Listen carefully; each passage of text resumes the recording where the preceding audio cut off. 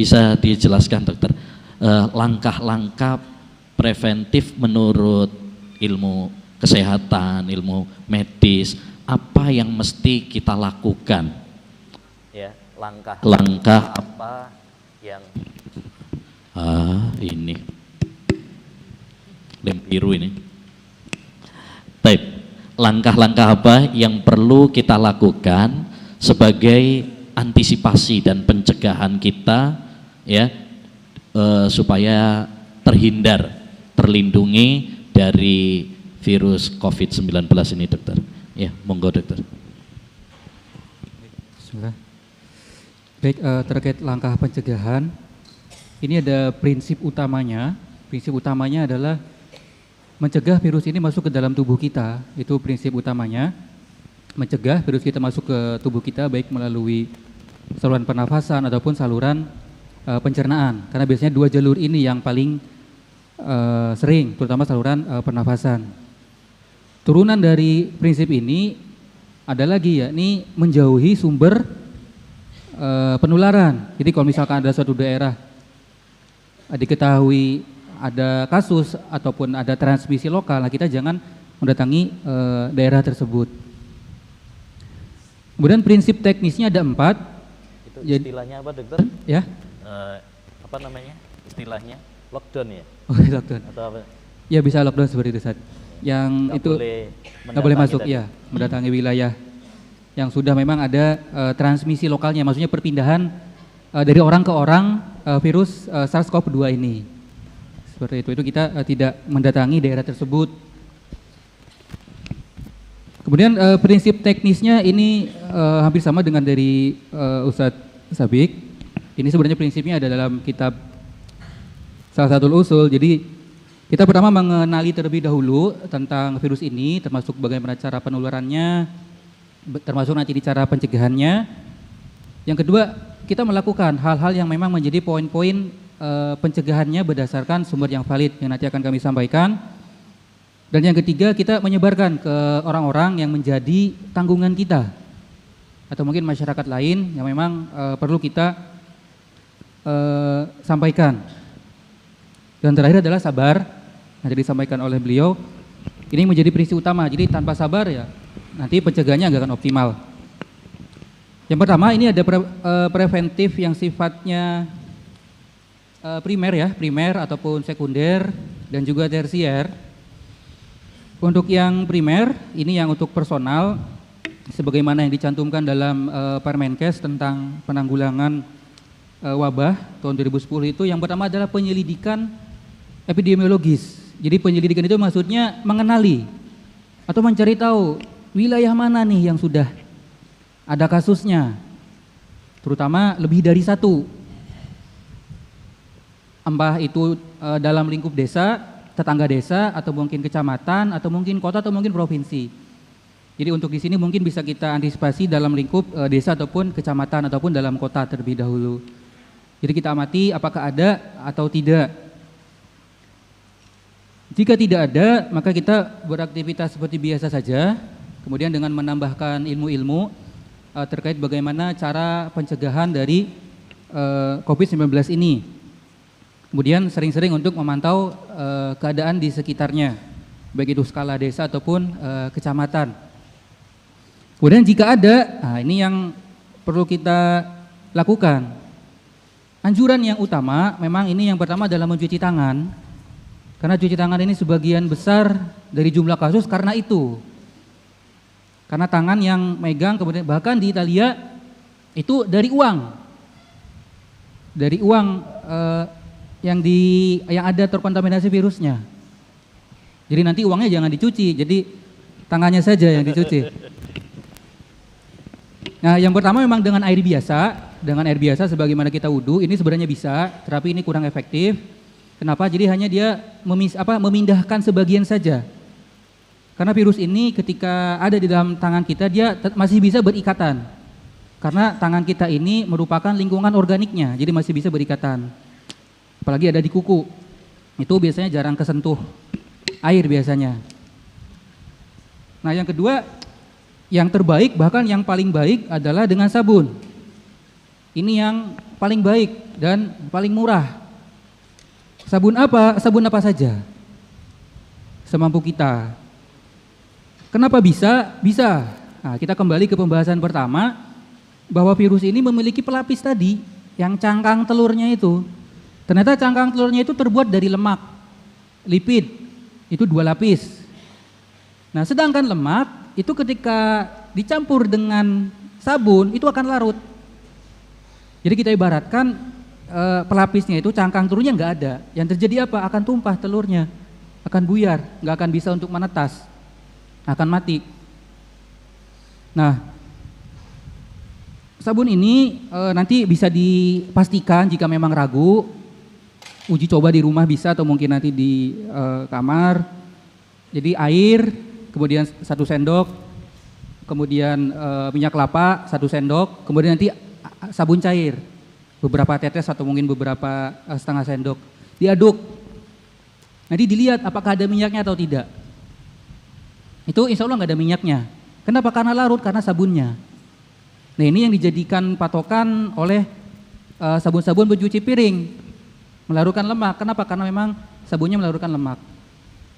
Kenapa bisa seperti itu? Karena di sabun itu ada zat yang namanya amphipils.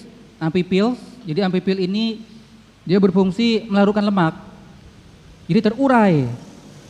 Sehingga dia larut, jadi berpindah ataupun berpindah zat yang tadinya menjadi lemak, dia menjadi zat yang lain. Dan alhamdulillah sabun ini ditemukan oleh ilmuwan muslim, Ar-Razi ataupun Az-Zarqawi. Jadi merupakan sumbangsih dari umat Islam kepada manusia. Kemudian yang ketiga, ini dengan hand sanitizer yang memang berbahan dasar alkohol. Maksudnya yang paling banyak komposisinya alkohol. Bisa dicampur dengan zat yang lain. Ini BPOM menyarankan ditambah dengan gliserol, ditambah hidrogen peroksida dan air. Itu memang bagus, tetapi tidak sebagus sabun. Tidak sebagus sabun. Dengan alasan yang tadi. Kemudian efek sampingnya pun ada. Apalagi jika memang alkoholnya tidak dicampur dengan air, ini lebih berbahaya lagi.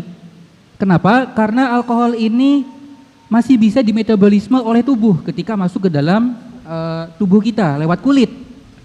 Apalagi kita akan menggunakannya dalam jangka waktu yang lama. Karena walau alam wabah ini akan lama jika kita bandingkan dengan kasus-kasus yang lain. Itu sampai berbulan-bulan, bahkan sampai bertahun, 1 sampai 2 tahun. Itu lama. Kemudian efek sampingnya itu sampai bisa menyebabkan gangguan pada hati jika memang dilakukan dalam jumlah yang sering, yang banyak dan frekuensi yang sering. Maka ini yang kita sarankan tidak terlalu mengandalkan hand sanitizer, walaupun itu memang secara kepraktisan itu lebih praktis, baik dalam bentuk gel, spray, atau mungkin dalam bentuk tisu. Jadi ada tisu alkohol ya, bukan tisu bayi. Tisu bayi itu biasanya non alkohol, itu tidak bisa. Itu dari alkohol. Jadi antara 3 itu 3 bahan yang bisa digunakan untuk sabun cuci. Nanti insya Allah akan disampaikan tentang cara cucinya, itu mudah. Nanti akan kita berikan poster-posternya, itu nggak akan sulit. Nanti para santri bisa melihatnya di tiap arah, nanti akan ada. Jika perlu nanti akan kita sampaikan pelatihannya. Soalnya ini sangat mudah sekali. Yang penting bagian-bagian tangan ini tercuci ataupun terkena cairan sabunnya. Di kuku, di sela-sela, di punggung, di telapak, dan semacamnya. Bisa dicontohkan ya dokter? Bisa Ustaz? Ya. Nggak kelihatan dari belakang ini. Apa-apa sebagian, nanti yang lain ngasih tahu yang nggak lihat. Iya. Ya. Baik, yang pertama ya. Baik. Nggak apa-apa. Jadi bahkan kita pakai berbahan sabun Nggak ya. denger loh, nggak denger. Iya, Ustaz. Berbahan dengan sabun. Jadi sabun ini sebenarnya nggak perlu dikasih air dulu. Jadi langsung sabun nggak apa-apa. Jadi tangan kita kering, nanti campur sabun. Jadi masuk ke sini cairannya. Sabun, masuk air juga boleh, silahkan. Sabun dulu, kemudian sabun dari yang sini. Nah, kita goyang-goyang gini, putar. Itu nggak usah lama, 3-5 kali sudah cukup. Ya, jadi semuanya kena telapak tangan. Jadi pastikan dulu nih, kena. Nah setelah itu kita balikan, gini, dua-duanya dibalik. Ini punggung tangan ya, jadi telapak tangan kena semua sudah, dengan sekitar 3-5 kali. Sekarang punggung tangannya, sama, ini dinaik turunkan. Upayakan semuanya ini kena. Ini 3-5 kali. Nah, setelah ini baru setelah jari-jarinya kita renggangkan, digosok-gosok ini 3-5 kali. Tadi maaf kurang, ini yang sebelah sini, yang punggung tangannya, kemudian selesai jarinya seperti ini, selesai jari, kemudian gantian. Nah, 3-5 kali, kemudian setelah ini selesai jari, nanti bisa di bagian ini. Jempol diputar seperti ini 3-5 kali, kanan kemudian yang kiri seperti ini jempolnya. Kemudian setelah ini kukunya seperti ini, karena kan tadi kuku nggak kena ya, makanya kita kenakan dengan seperti ini kukunya, kanan kemudian yang kiri. Nah, 3-5 kali. Jadi ini kurang lebih sekitar 20-30 detik sudah cukup.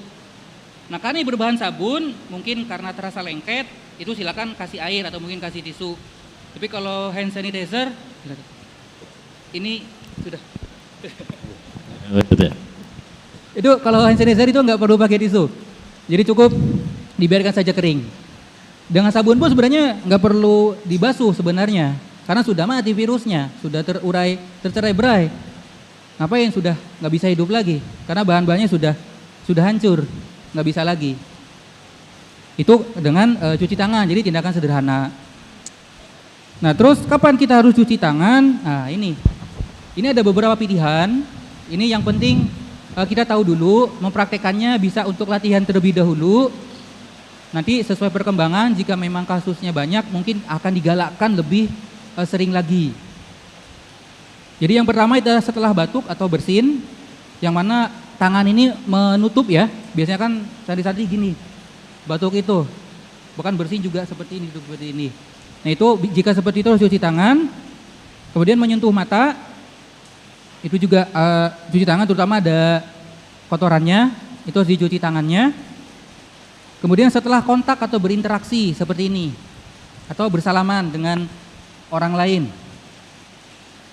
Kemudian sebelum dan sesudah makan, kemudian setelah atau sebelum menggunakan toilet, entah itu buang air kecil ataupun buang air besar.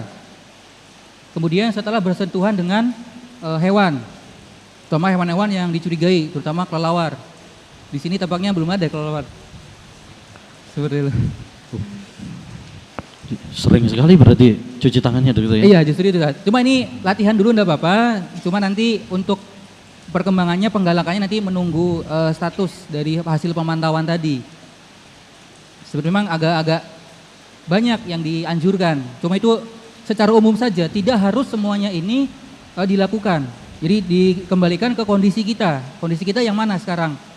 Jika memang masih jauh, tidak rawan, ini bisa dijarang-jarangkan atau hanya sebatas latihan saja. Yang penting kita tahu dulu bahwa saat-saat itu adalah saat-saat harus kita cuci tangan. Kemudian yang berikutnya pencegahan, ini memang harus menjaga jarak sekitar 2-5 meter, bahkan di referensi lain ini harus 10 meter. Itu disesuaikan dengan kondisi angin di wilayah itu. Kalau kondisi anginnya kencang dan orang itu bersin, berarti apalagi batuk pilek sering, itu harus lebih jauh lagi. Ini secara umumnya. Kemudian menghindari dari menyentuh organ-organ tadi kayak hidung, mulut, kemudian mata dengan tangan. Jika memang terpaksa, maka kita setelah menyentuh ini cuci tangan. Jika perlu harus pakai tisu menyentuhnya. Oh gatal nih di mata, pakai tisu aja. Nanti tisunya dibuang. Pakai tisu kering tentunya, bukan yang basah. Habis ngupil gitu gimana tuh? Ngupil juga. Itu ngupil sebenarnya bisa pakai cotton bud ya.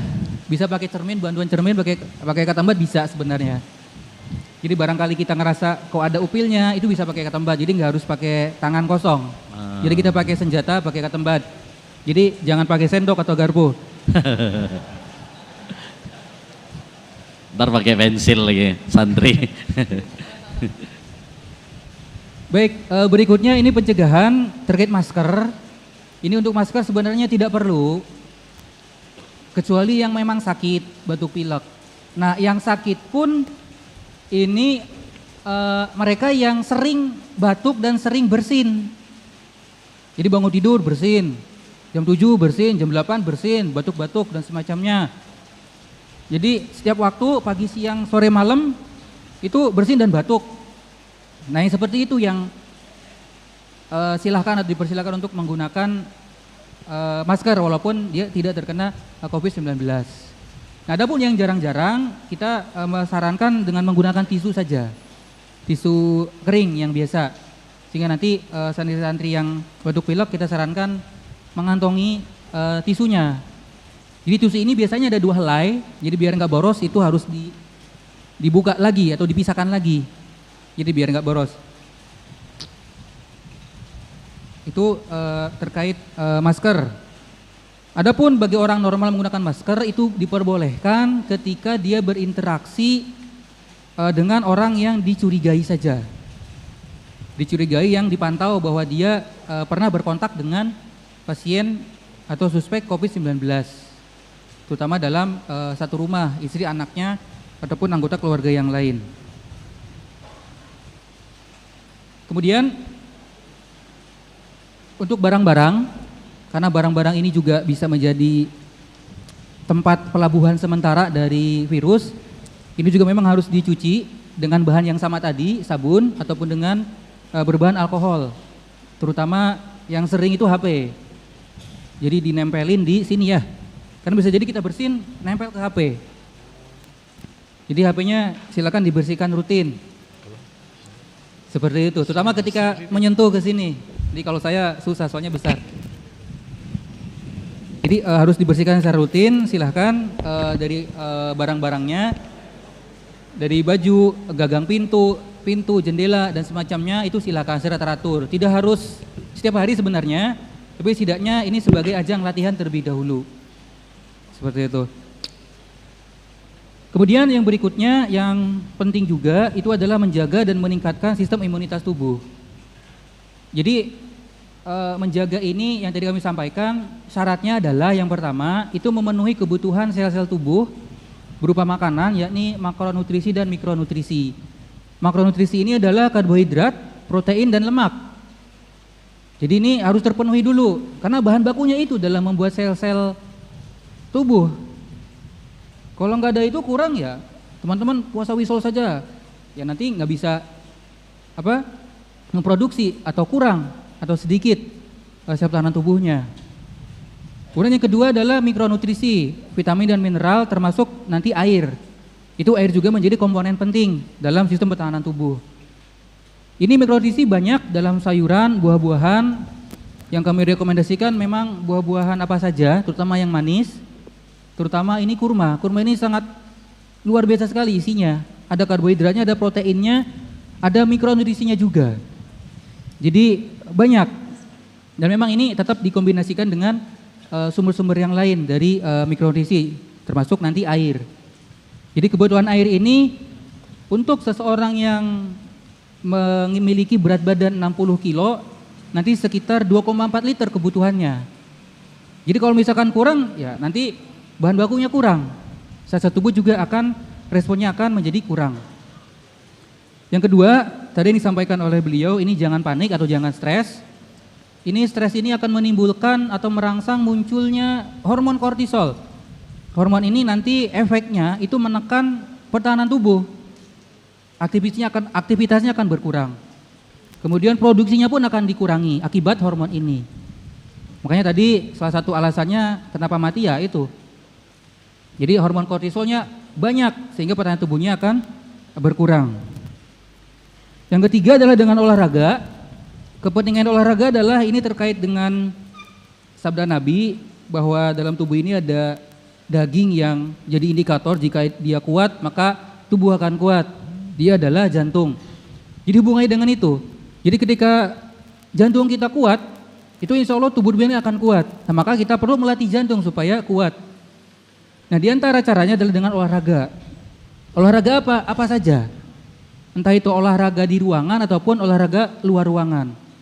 Olahraga dalam ruangan ini bisa dengan senam, seperti jalan-jalan di tempat, lari di tempat, loncat di tempat, push up dan semacam itu termasuk olahraga.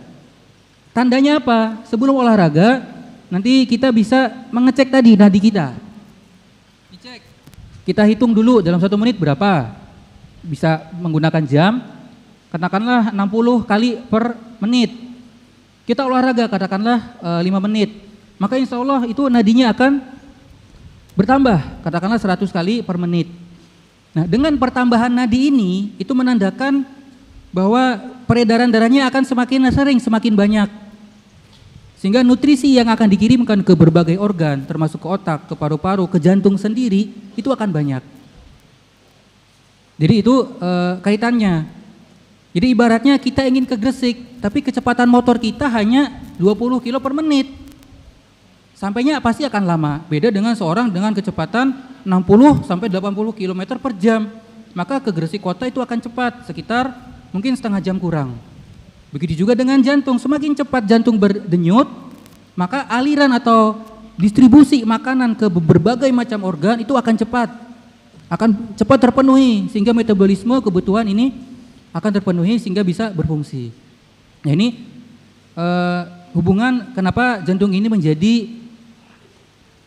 indikator tubuh. Ketika jantung ini kuat maka tubuh pun ini akan kuat. Jadi hubungannya dengan nadinya tadi dalam distribusi makanan.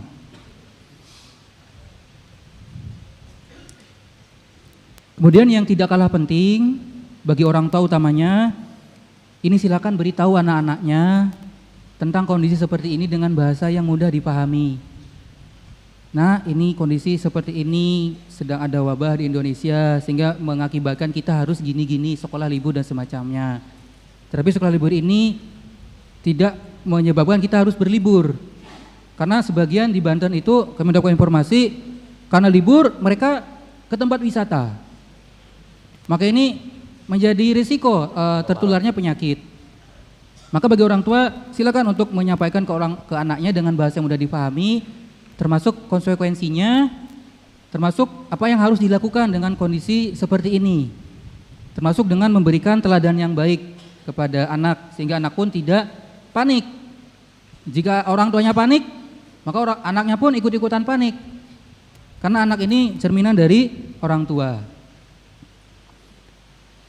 Kemudian jika memang kita terpaksa ada di tempat umum ataupun di transportasi massal, nah ini kita memang harus mawas diri, jaga-jaga diri sesuai dengan prinsip yang tadi. Yang pertama, jika memang harus menyentuh fasilitas publik itu banyak ya, kayak ATM, itu fasilitas publik, terus kemudian yang lainnya, kemudian termasuk tempat umum, misalkan kita harus mengantri di loket tiket dan semacamnya, kemudian di kereta, angkutan darat. Kemudian ini kita yang pertama harus mencuci tangan setelah menyentuh. Jadi barangkali nanti kita ke ATM, itu kita cuci tangan seperti yang tadi kami sampaikan. Kemudian untuk gagang pintu kalau bisa jangan dipegang. Mungkin kita mau ke supermarket, itu kan ada gagang pintunya. Kalau bisa jangan pakai tangan, pakai badan saja. Jadi juga ATM dan semacamnya yang ada pintunya itu didorongnya pakai kaki ataupun pakai badan saja. Jadi nggak usah pakai tangan atau pakai alat. Kemudian tadi tidak berjabat tangan jika memang itu bermanfaat, dalam arti jika memang saling pengertian ya enggak apa-apa. Tapi kalau misalkan kita diajak berjabat tangan, kalau bisa menghindar. Terutama di daerah yang memang saat itu ada transmisi lokalnya atau ada kasusnya. Seperti di Surabaya ataupun di Jakarta. Kemudian mengurangi frekuensi ke toko ataupun ke warung-warung atau mungkin ke pasar atau ke area umum yang lainnya. Kemudian jika memang kita sumpek di rumah, maka kita silahkan untuk memilih kegiatan yang minim berinteraksi dengan orang-orang seperti lari-lari ataupun bersepeda ataupun naik motor jalan-jalan, tapi ke daerah yang sifatnya jarang ada orang, seperti ke tambak belakang itu jarang orangnya, ataupun ke yang lain. Baik, kemudian itu untuk pencegahan primer, maksudnya sebelum ada kasus yang terjadi di kita. Kemudian yang tersier adalah ketika ada kasus ataupun mungkin ketika kita kena ataupun mungkin kita dicurigai oleh kita, wah kita kena nih, harus ngapain? Yang pertama memang kita ini mengikuti protokol dari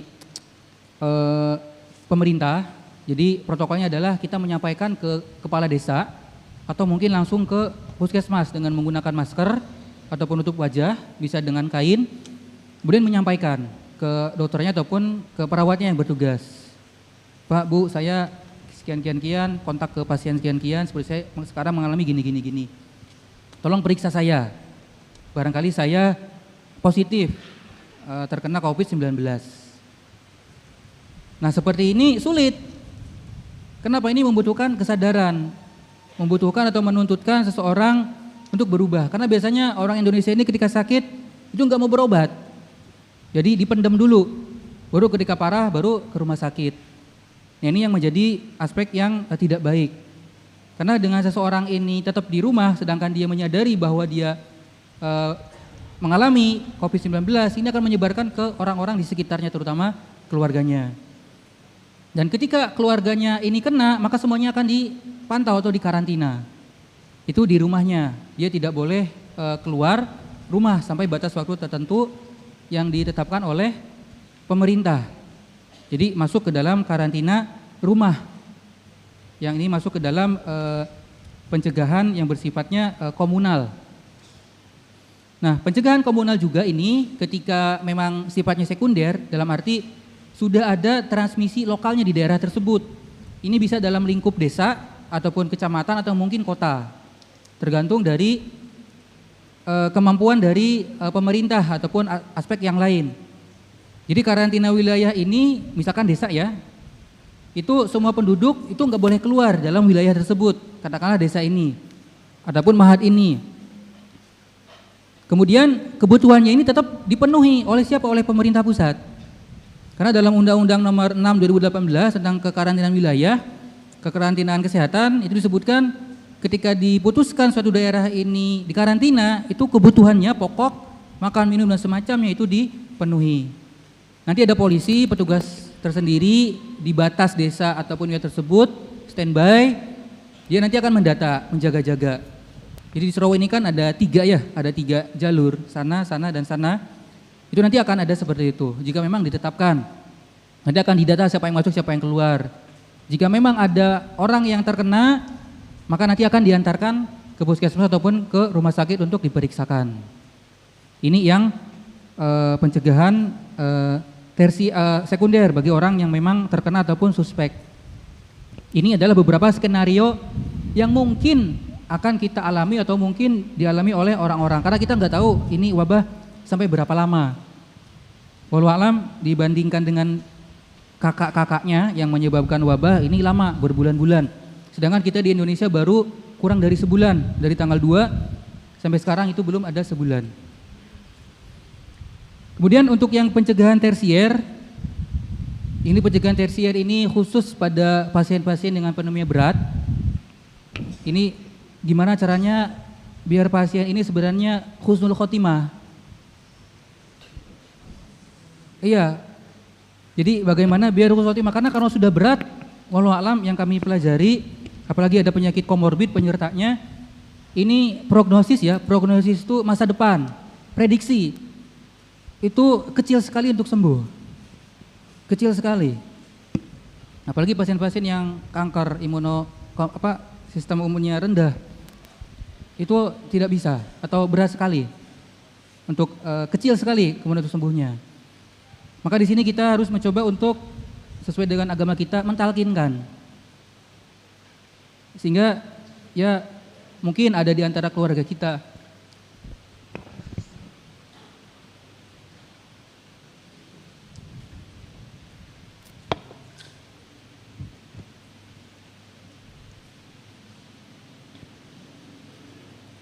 orang tua kita ya, maksudnya mungkin guru-guru kita. Soalnya mereka yang paling rawan, paling rawan sekali.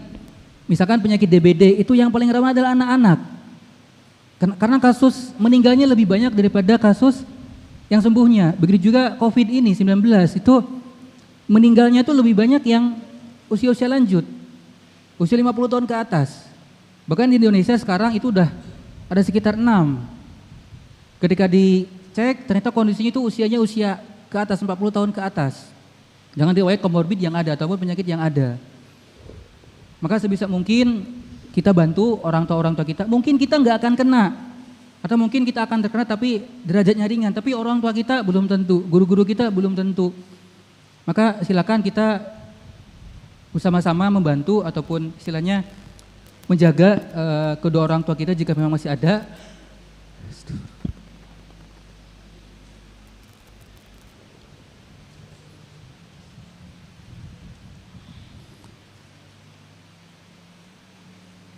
Baik, itu terkait ini ya.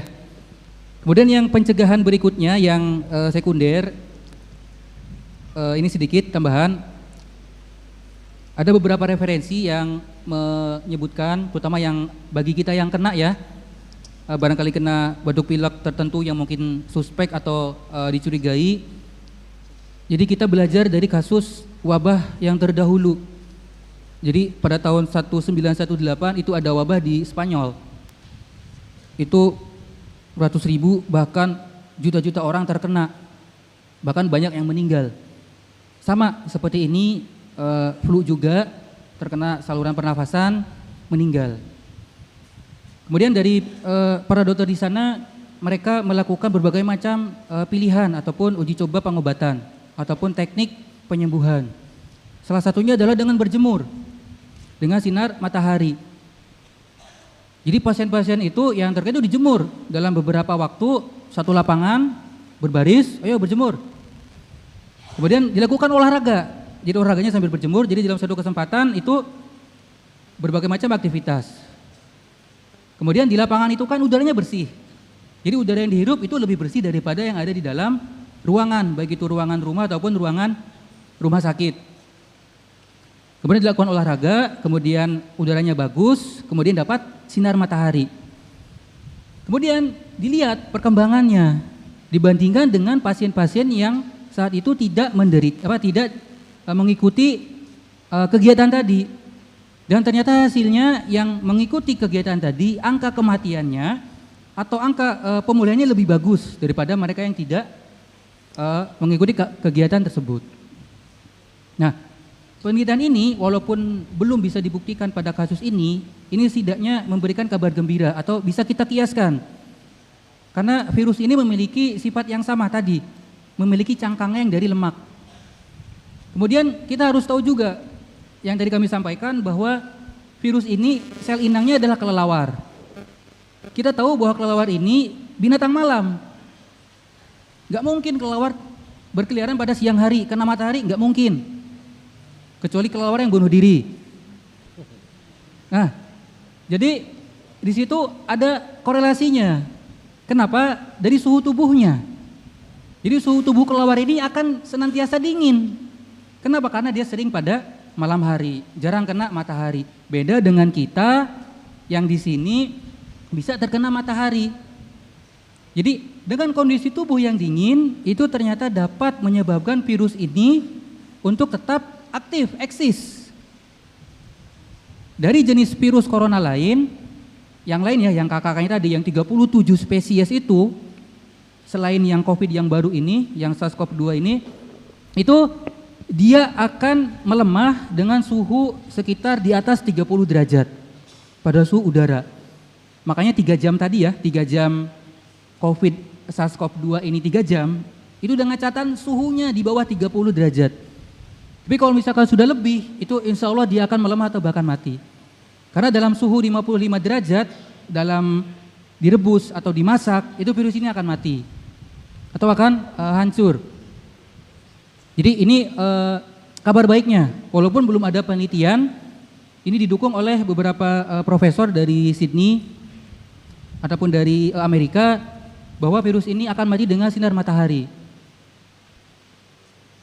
Nah, jadi pendapat ini yang bisa kami sampaikan karena dalam kedokteran itu pendapat ahli bisa dijadikan sebagai dalil, sama seperti kita ya, jadi dalil ulama ataupun pendapat ulama, karena itu pun dia berdasarkan penelitian. Nah, dalam penelitian yang tadi kami sampaikan di atas 30 derajat itu akan menyebabkan coronavirus ini itu akan melemah atau bahkan mati. Karena apa? Karena dia lemak. Lemak itu kalau sudah kena panas itu akan mencair.